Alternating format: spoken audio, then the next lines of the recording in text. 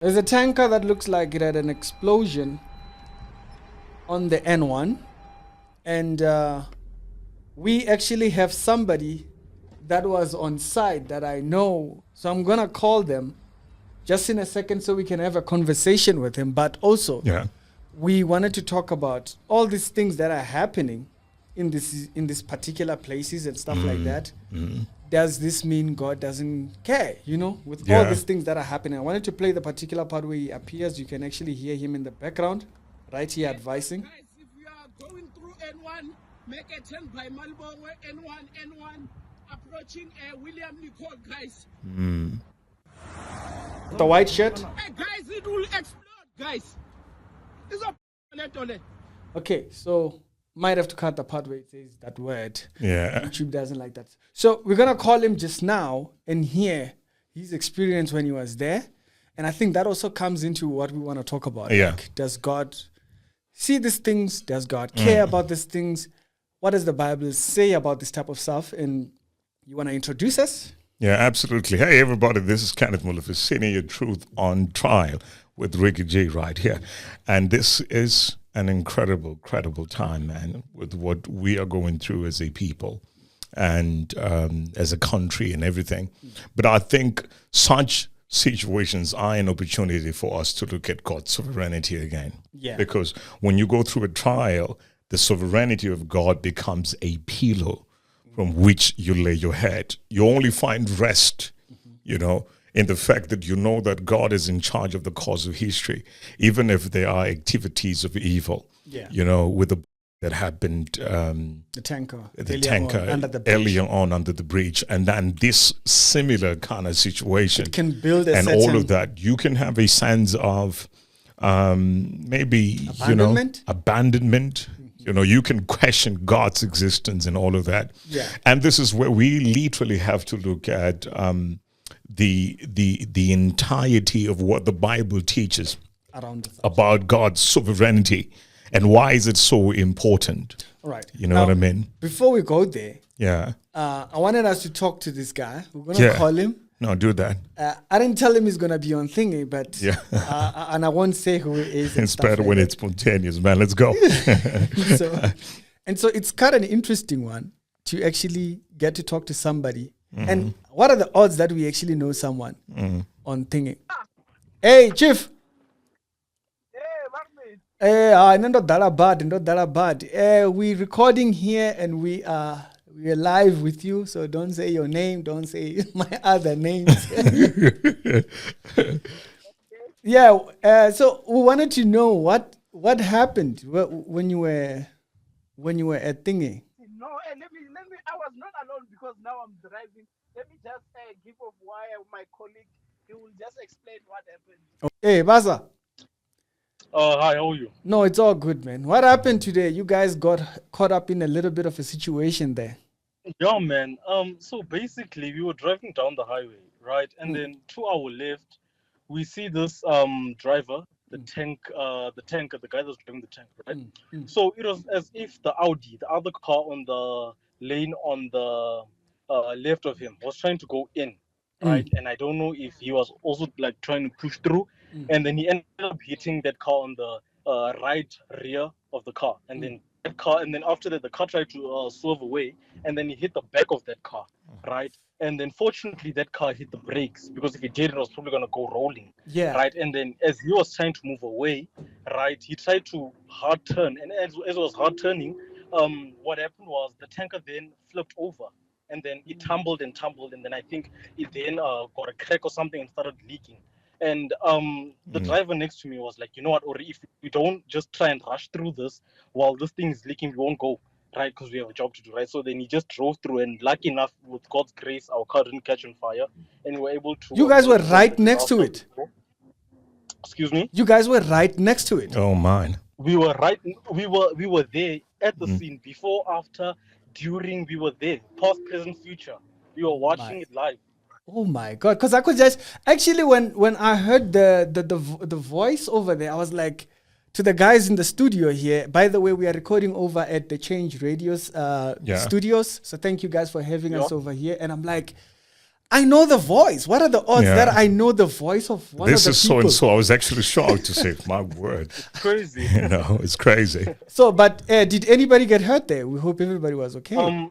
You know what? I don't think anybody got hurt, right? Fortunately, nobody actually got hurt. Maybe they sustained some injuries, but there was no any type of extensive injuries from what we could see, right? But Unknown caller. right after that car then parked right next to us, because what happened was when he swerved, he was coming directly at us, and then we swerved the opposite direction. Then he parked there and we waited there, right? And then the other Audi was on the left side, and then we just switched through. Everybody stopped, and yeah. I don't think anybody sustained any type of serious injury though. Yeah. Oh man, that's good. I was just like, oh my goodness, these guys are right in the middle of it, and we should actually let's call them and hear what they have to say. And I thought, let's hear from you guys who were right there. And sometimes we get caught up by emotions because we are not there, and people going through it, they have a better experience of actually coming back to us and telling us what actually happened. Yeah. Yeah, man, you know what? You're right, because, when you see this live, it's a completely different story, because now a lot's going in emotions, adrenaline, and you're thinking, what do I do? How do I, it's hard to stay focused and, to act immediately. I saw some guys actually were actually going in front, and I could hear him calling them and saying, move away from move it. back. That thing is going Yeah, to... because, people are ready to take videos, and others are trying to get it to help others. And it's like they're not aware that, okay, there's like, this tanker there, and it could explode at any moment if you're trying to pass through. Yeah. And it's a safety hazard. So he was just calling them, the guys, don't go there, it's going to explode. Yeah, no, thanks to the guys for being a little bit more alert, man. Sure. Thanks for the intel, man. No problem, sir. No problem. Awesome stuff. We'll send you the link when we're done. Yeah, so Yes, here's man. the thing. You see, evil does not have some sort of ontological existence. Yeah. Evil is not a thing. It is the absence of a good thing. Okay. You understand what I'm saying? When you remove the good thing, what you have left is what? Is evil. Yeah. It's exactly what we call hell and heaven. Yeah. What is hell? Hell is a place where the presence of Jesus is not. Yeah. And heaven is heaven because of the presence of Jesus. Yeah. If you remove the presence of Jesus out of heaven, it ceases to become heaven. Now another thing, know what I again, we Christian, we're going to podcast now. Yeah. So we Christian Bible speakers. So we see the world in that world. You don't be offended if you're thinking. No. It's just a way that we look at the world and the way we frame the world. Now, this is where the question comes in. Does this mean God is abandoned the world? Which is the mindset that someone might have to say, I've seen this. Like, I have the emotions of being attached to the person who was there. Who was there? But he is going through the experience as a person who's experiencing. Yeah. And the emotional expression would be, but I love these people so much. Why would you allow them to go through this? Yeah. You know what I mean? And I loved what he said. He said that nobody got hurt. That in itself could be an opportunity to actually see God's grace. Yeah. You understand what I'm saying? But also, The those that want to go there and help. It's people that are trying to make sure that everybody is all right. is all right. Yeah. And also, someone is going through this at a different scale. Someone has a camera. Sometimes we always look at the people with the cameras who are recording it. Without those people without the cameras, we won't know what We will happened. not know what actually happened. So sometimes people are facing the same situation in different viewpoints. But there's another thing that I wanted to kind of note too. We live in a fallen world. Yeah, in the fallen world. And that's kind of an important perspective to kind of go to before you approach everything else, because it tells you why the evil happens. Errors, human error gets involved. And in human error is where we see, we perceive the devil in the human And error. there are casualties with error as well sometimes, Yeah. Somebody can do mistakes that cost people their life. You know what I mean? It's not God. It's not God. It's just the human. fallenness. Fallenness. And because we live in a fallen world, even the Bible says that Satan is the God of this world. And why is he the God of this world? Because it's in a place where people are in their fallen state and they're informed by evil. Yeah. You know what I mean? I mean, like you can sit here, right? Yeah. Have all this gear on the table. That's right. And have a glass of water. That's why in ministry, they don't even allow you to have anything that's Yeah. liquid on table. You put a glass here, Yeah. and you don't mean to knock no. the glass. Yeah. It's error. The same way that person who's just trying to capture that particular moment that they're going through. I'm facing this. So they're trying to capture it with the camera or whatnot. To make a reflection maybe later on. Like, oh my goodness, I went through this. We realize the importance of this type of memories and what they mean to people that are connected to us. Yeah. I'm going to share this At moment. the same time, somebody's going through something by looking at somebody capturing without helping. Yeah. You know, so So there's all of that. Yeah. And so in the heat of that moment, there can be an introduction of human error. yeah, A absolutely. person has gone too far and not know where to stop to a point where you have put yourself in error. It wasn't God who put you there, but there was that point of I gotta preserve this moment. Sometimes when we are looking at the world, we forget the fallen nature, and that's where the doctrine, I love that. the doctrine that addresses the fall of man, Yeah. becomes very important. Hamartiology, the study of sin. Yeah. Because it kind of covers the aspect, the viewpoint of why do we have the evil. It's human error. There's the fallen nature. I like that. Because now that speaks to some of these human proclivities that we have to say, how can we go this far into evil and find ourselves in trouble and we can't even help it? Yeah. You know what I It mean? feels like I should be able to hold myself it's back. like something is driving you to extremity, you know. One error produces another form of error, and that error produces another form of evil, and that evil produces that, you know what I mean? Yeah. And that's why I think sanctification becomes important, because in the process of God working on all of us, some things you find yourself avoiding and not finding yourself in evil situations, not because you're perfect, but simply because it was the presence of the good of God in you that helped you not to find yourself in a place of, you know, in evil situations, you know. So I think, number one, God is training his children. And number two, our faith is being tested. Suffering also has a way of drawing us closer to God, because then you ask yourself questions that you have never taken time to ask yourself. Then we see God's favor. I mean, such a situation can cause a lot of people to lose their life. Or work. But or even work, or even companies, a lot of money and all of that. So if that is contained, we see God's favor. We see God's mercy. You know what I mean? It is also a path to salvation. Because somebody might be thinking right now, what if I was behind this truck and then what happened with the entire flammable situation? Because we don't want to use the other words, isn't it? Now, when that happens, you ask yourself, what if I didn't have a chance to actually make the decision? To actually make a decision to receive Christ or Jesus as my Lord and Savior.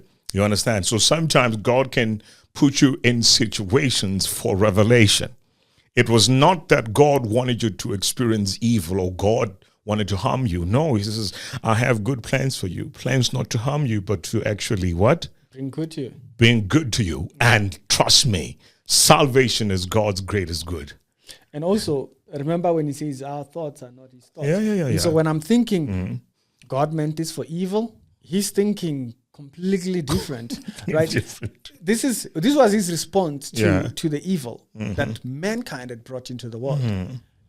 For God so loved the world that he gave his only begotten son. Yeah. And so, yes, you might not agree with it, but at least hear it and understand what we mean by it. We mean there was all this evil that is now presently here, that's we're right. experiencing, but at the same time, let's remember he did his ultimate good hand. He stretched his hand. There was sovereignty at work and his providence at work. Now, you might not understand why Jesus dies, but acknowledge that it happened. And that's the whole thing with when Jesus is going through the cross, you see Pilate, the whole thing of Pilate declaring Jesus innocent and washing his hands. Why? Because the Jews refused to acknowledge his innocence. Because remember, before you actually put the the Passover lambs sacrificed to death, you had to take it through a 7-day trial session. True. And you go back, and what do we call that week?